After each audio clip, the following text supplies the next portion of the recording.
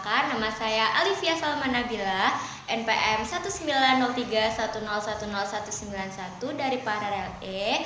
Video kali ini kita akan membahas tentang kelarutan sebagai fungsi suhu. Apa aja sih yang dipelajari dalam kelarutan sebagai fungsi suhu? Tunggu dulu, sebelum video ini lebih lanjut, maka saya akan menggambarkan tentang kelarutan sebagai fungsi suhu. Di dalam kehidupan sehari-hari, kita pasti pernah kan membuat air gula. Pada saat kita membuatnya, gula yang dilarutkan dalam air panas lebih cepat larut dibandingkan gula yang dilarutkan dalam air dingin. Nah, kenapa bisa begitu? Karena semakin tinggi temperaturnya, maka semakin besar juga kelarutannya. Nah, itu tadi fenomena yang ada di dalam kehidupan sehari-hari. Yuk, selanjutnya kita bahas teorinya. Selamat datang di pembahasan teori. Teori yang pertama yaitu kelarutan. Apa sih pengertian dari larutan? Larutan dapat didefinisikan sebagai campuran homogen dari dua zat atau lebih yang larut dalam komponen ataupun ion yang dapat bervariasi komponennya. Terus, apa bedanya sih dengan kelarutan? Kelarutan yaitu interaksi antara zat pelarut atau solvent dan zat terlarut atau solut. Teori yang kedua yaitu jenis-jenis larutan. Jenis-jenis larutan dapat digolongkan dalam berbagai golongan.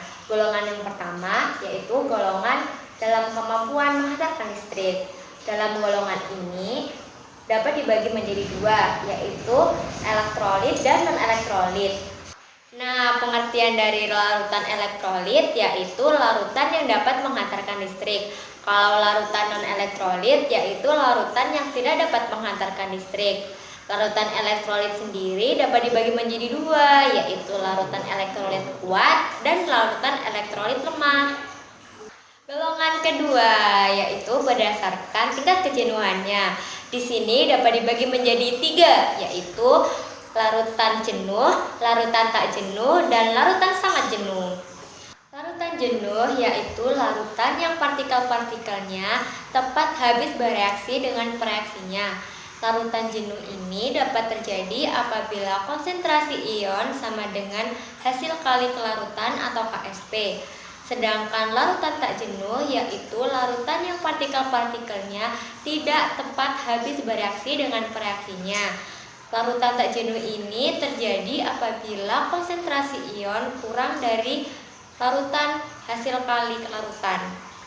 Kalau larutan sangat jenuh yaitu larutan yang tidak dapat melarutkan zat terlarut sehingga terjadi endapan. Larutan sangat jenuh ini terjadi karena konsentrasi ion lebih besar daripada hasil kali kelarutan atau KSP. Teori yang ketiga yaitu konsentrasi kelarutan. Konsentrasi kelarutan itu adalah hubungan antara zat pelarut dan zat terlarut. Nah, konsentrasi sendiri itu jumlah zat tiap satuan volume. Nah, di dalam konsentrasi kelarutan ini terdapat formalitas, molaritas, fraksi mol, dan persen berat. Tapi kali ini saya akan membahas normalitas, molalitas, dan molaritas. Satu adalah molaritas. Molaritas adalah jumlah mol zat terlarut dalam 1 liter. Nah, ini adalah rumusnya.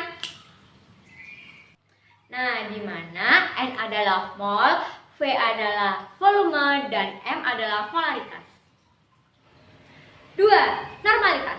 Normalitas adalah banyaknya zat terlarut dalam gram ekivalen dalam 1 liter. Nah, ini adalah rumusnya. 3. Yaitu molalitas. Molalitas adalah jumlah mol zat terlarut dalam 1000 gram pelarut. Nah, ini adalah rumusnya.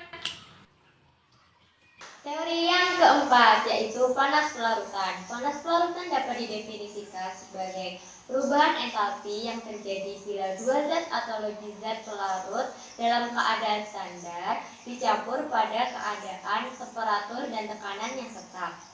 Hal ini terjadi karena adanya ikatan kimia antar molekul-molekul.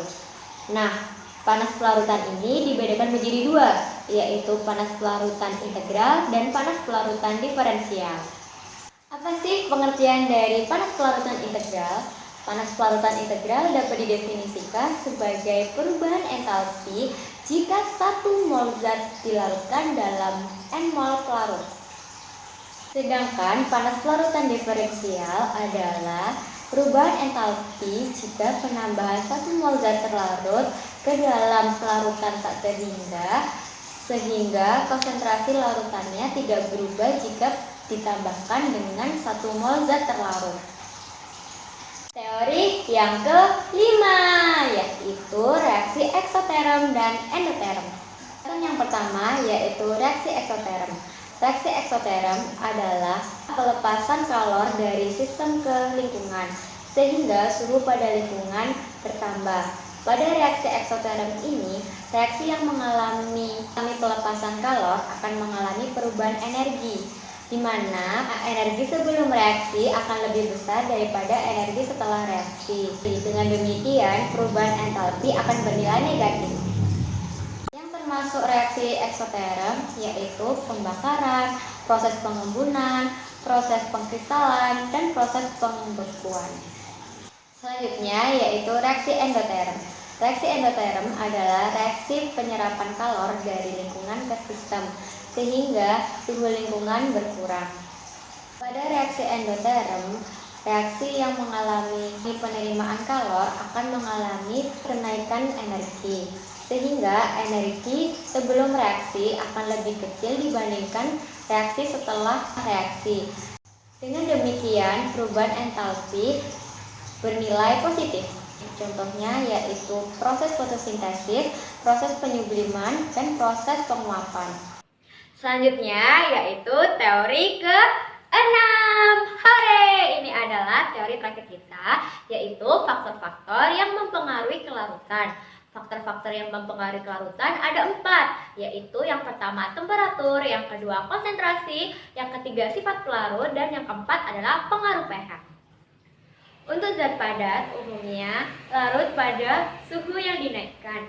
Untuk konsentrasi, semakin besar konsentrasi, maka hasil perkalian konsentrasinya juga semakin besar. Untuk sifat pelarut, pada garam-garam organik lebih cepat larut dalam air dibandingkan dengan garam-garam anorganik.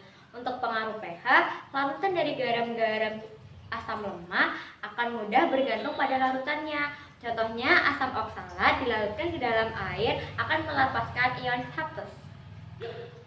Sekian dari pembahasan yang saya sampaikan, kurang lebihnya mohon maaf. Thanks for watching. Wassalamualaikum warahmatullahi wabarakatuh. Bye-bye.